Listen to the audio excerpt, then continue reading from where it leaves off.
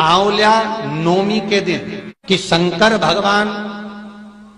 भूत भावन भूतेश्वर जब भगवान आंवला नवमी के दिन श्री हरि नारायण आंवले के वृक्ष की पत्तियों पर शयन करेंगे और भगवान शंकर उनका अनुमोदन करेंगे, तब श्री हनुमान जी महाराज उनसे विनती करने के लिए पधारते हैं। 33 कोटि देवता भगवान विष्णु जब शयन से उठते हैं, देवसोनी एकादशी को जब भगवान उठेंगे, नेत्र खोलेंगे, तो प्रथम दर्शन भगवान विष्णु श्रीमद् भागवत कथा, स्कंद पुराण, पद्म पुराण, अग्नि पुराण, जितने भी पुराण उठाना चाहे सारी पुराणों को उठाकर देखना कि प्रथम वर्णन आपको मिलेगा कार्तिक महत्तम का कि भगवान नारायण सर्वप्रथम जब नेन खोलते हैं अपनी देव सोनी एकादशी से सोकर देव उठनी एकादशी पर जब उठते हैं तो भगवान नेत्र खोलकर सबसे पहले किसका दर्शन करते हैं? किसका दर्शन? स्कंद पुराण कहती है, विष्णु पुराण कहती है कि भगवान नारायण जब नेत्र खोलते हैं तो खुद की अर्धांगिनी लक्ष्मी भी नहीं, महाराज ब्रह्मा आदिक देवता सब खड़े, पर भगवान नेत्र नहीं खोलते। कब तक?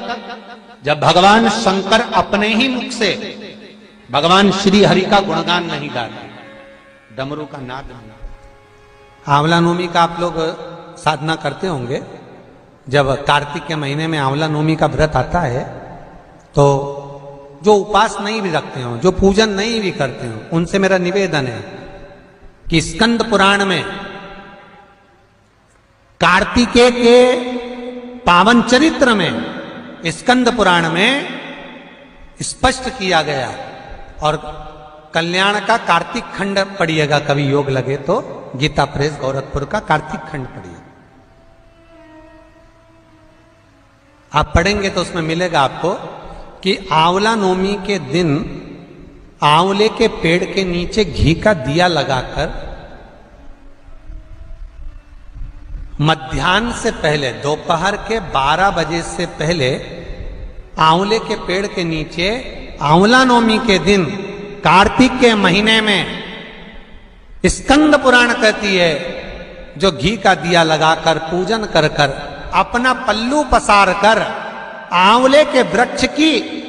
डाली में से उस पे लगी हुई थोड़ी सी छाल को अपनी अंगूठे और चीटी उंगली से अपने पल्लू में गिराकर ले जाकर लाल कपड़े में हल्दी के साथ अपनी तिजोरी में अलमारी में रख लेता है। उसके घर में कभी बरकत की कमी नहीं होती, उसके घर में कभी संपदा की कमी नहीं होती, उसके घर में धन वैभव सत्ता बढ़ती है, बढ़ती है। आंवला नवमी की कथा में एक प्रसंग आता है। आंवला नवमी का पूजन आपको करना आता है, व्रत करने वाली माताएं व्रत करती है, आंवले के पेड़ के नीचे जाकर पूजन करना, भोजन करना, आंवले का वृक्ष की छाया में बैठना, उस दिन किसी को अपशब्द ना कहना, आंवले की पूजन कर कर अपनी झोली को पसार कर चीटी उंगली और अंगूठे से आंवले की छाल को थोड़ा सा पल्लू में गिरा लेना, उस छाल को ले जाकर अपनी बरकत में, अपनी अलमारी में, अपनी तिजोरी में रख देना। यह आंवला नवमी की पूजन का विधान है, संपदा के। एक बहुत अच्छा समय रात्रि के 9:15 का एक समय होता है। जिस व्यक्ति का रोग बीमारी समाप्त नहीं हो रही हो, हॉस्पिटल में पड़ा हुआ है, कोई बहुत भारी बीमारी में ग्रसित है, छूट ही नहीं पा रहा,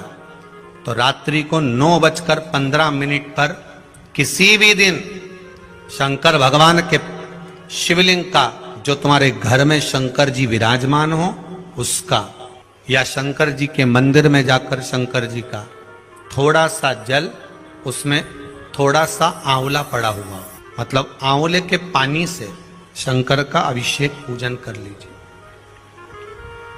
उसका नाम लेकर कर लो जो रोग से ग्रसित हो।